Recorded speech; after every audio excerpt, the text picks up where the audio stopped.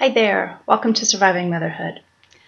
So I'm excited. This week I get to go back to the rescue mission and speak for chapel for the women again. And this week I'm going to tell them a story about a lady.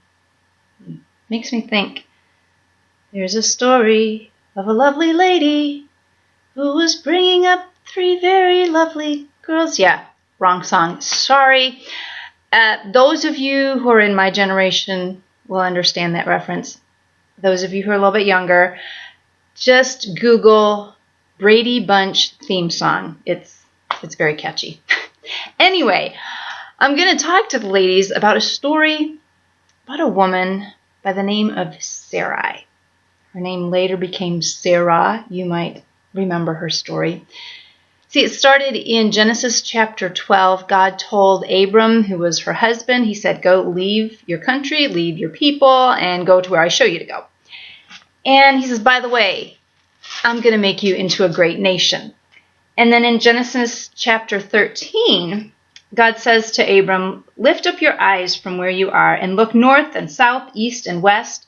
All the land that you see I will give to you and your offspring forever. I will make your offspring like the dust of the earth, so that if anyone could count the dust, then your offspring could be counted.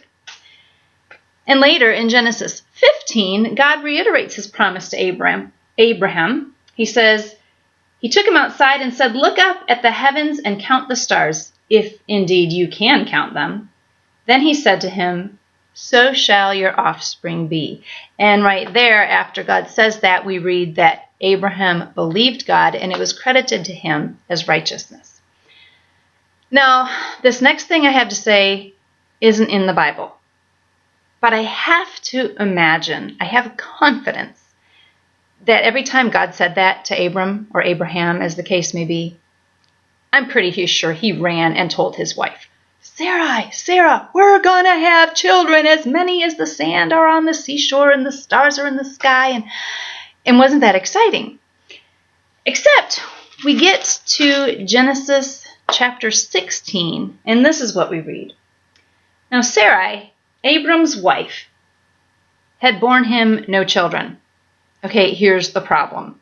God says to Abram, I'm going to make you into a great nation. He reminds him, if we could count the dust in the world, that's how many kids you would have, your offspring would be. If you could count the stars in the sky, that's how numerous your offspring will be. But his poor wife has borne him no children.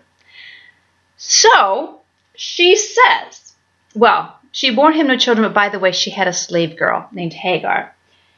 And she said to her husband, the Lord has kept me from having children.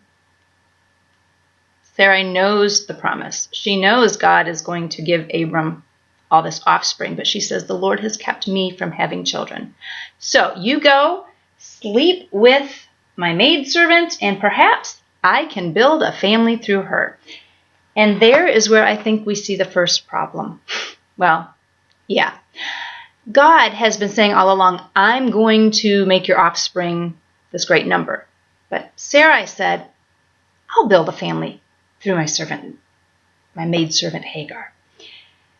And, if you know the story, you know that Abram does go and sleep with Hagar. She conceives, she has a son, and things don't go so well for him. In fact, they go pretty badly. And that all happened 10 or 11 years after God made the promise. So we can understand Sarai was feeling a little impatient. In fact, she had to wait 15 more years. It was 25 years after God made that initial promise to Abram that he fulfilled the promise through his wife, Sarah. But Sarah couldn't wait. She took matters into her own hands, and I'm tempted at times to rebuke her, to say, Sarah, what were you thinking? Why didn't you wait? Why didn't you trust God? It said Abram believed God, and it was credited to him as righteousness. Why didn't Sarah believe? But then I'm reminded there's been a lot of times when Sarah's story has been my story. When I could have changed my name. I could have been Sarai instead of Karen. Because there's been a lot of times that I haven't believed either. There's been a lot of times I haven't wanted to wait. I haven't wanted to wait a month, let alone 25 years.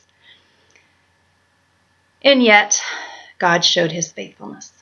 God brought forth a baby from that woman when she was way past childbearing years.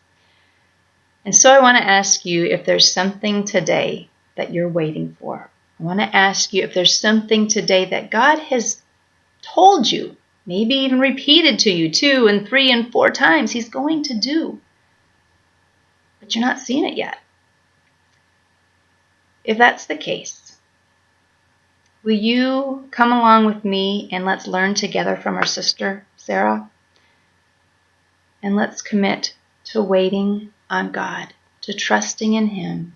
Let's commit to remembering that he is faithful, and in his perfect time, he'll do it.